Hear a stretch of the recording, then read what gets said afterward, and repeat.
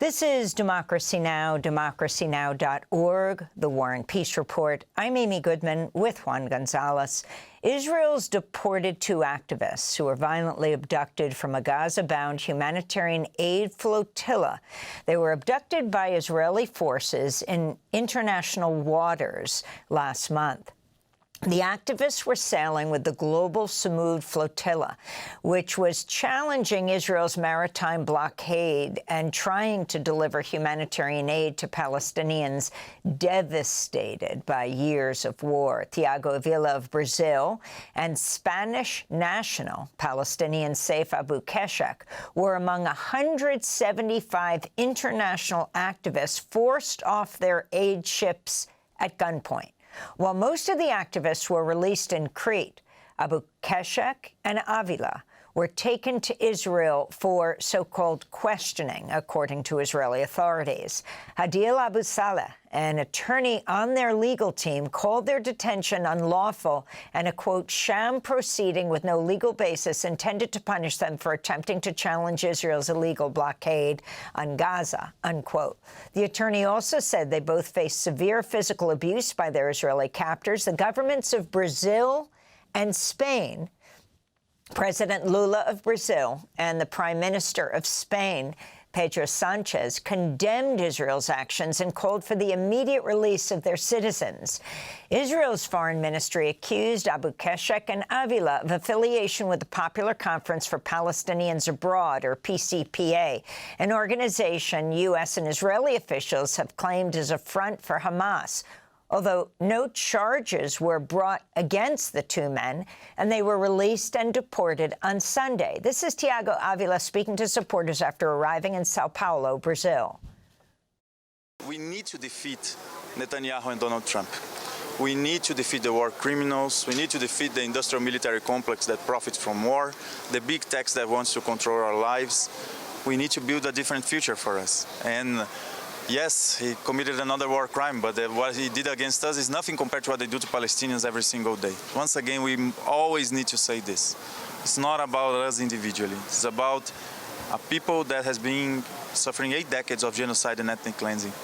That's Brazilian activist Thiago Ávila speaking upon his return to Brazil, where his mother, Teresa Regina de Avila Silva, sadly died while her son was in Israeli detention following a long illness.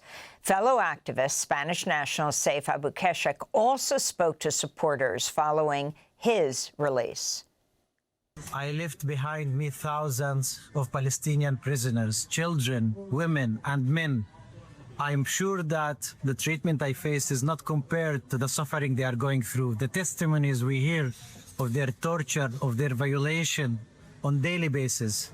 We have to continue mobilizing. We cannot forget the Palestinian prisoners. For more, we go now to Turkey, where we are joined by that activist, Saif Abukeshek. He's a Spanish and Swedish national of Palestinian descent and a member of the Global Sumud Flotilla Steering Committee, just released from Israeli detention and deported after being seized by Israeli forces in international waters in April. Saif, thank you so much for being with us.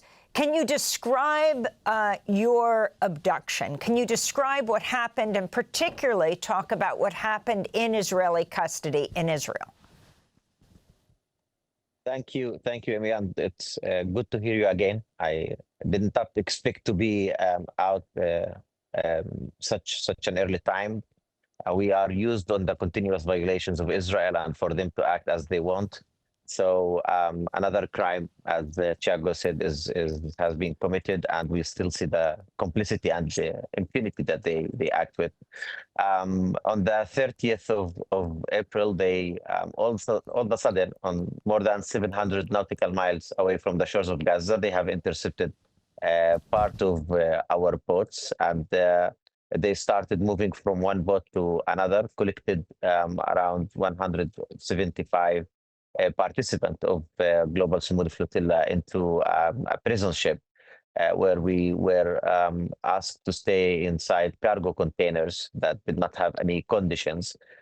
People were violently removed from their ships into the prison ship. Ships were left floating in the sea. One of the ships called Tam. Participants were left inside the ship with a broken engine under the danger of drowning without being provided any help or support, and were rescued by open arms. Then transporting us to the prison ship, people were violently strip searched, handcuffed, and then pushed inside the cargo containers. Then some of us were being picked up slowly. It was very difficult to know what is exactly what's happening, but was in the middle of the international waters. Me and Thiago were transported into a different military ship and then taken to occupied Palestine. Arrived there on Saturday morning, where the police was waiting for us, and then directly we were taken into the Shabak, which is the Israeli Secret Service, and started interrogation until Friday, a few days ago, when we were informed that investigation is being closed and that we will be deported.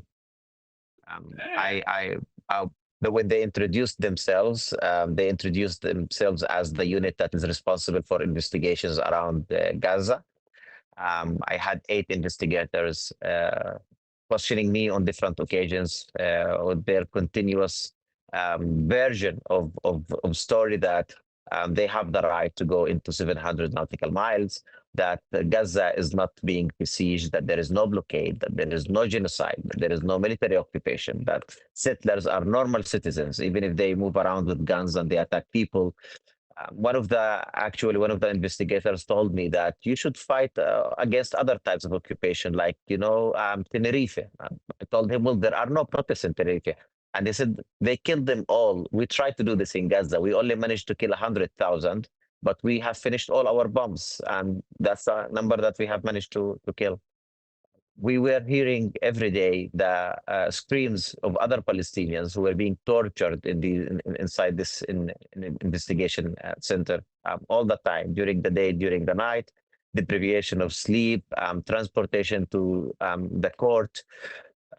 It has been a process to see how Israel is evolving with impunity. I think they are acting in a way that we could expect next interception to be at the shores of Ibiza or at the shores of Mallorca, where there is no limit for the crime that they are willing to take, the risks that they are willing to put people in, just to justify an false accusation that they have nothing to prove, and they don't need even to explain why they are doing this, illegally kidnapping all of us.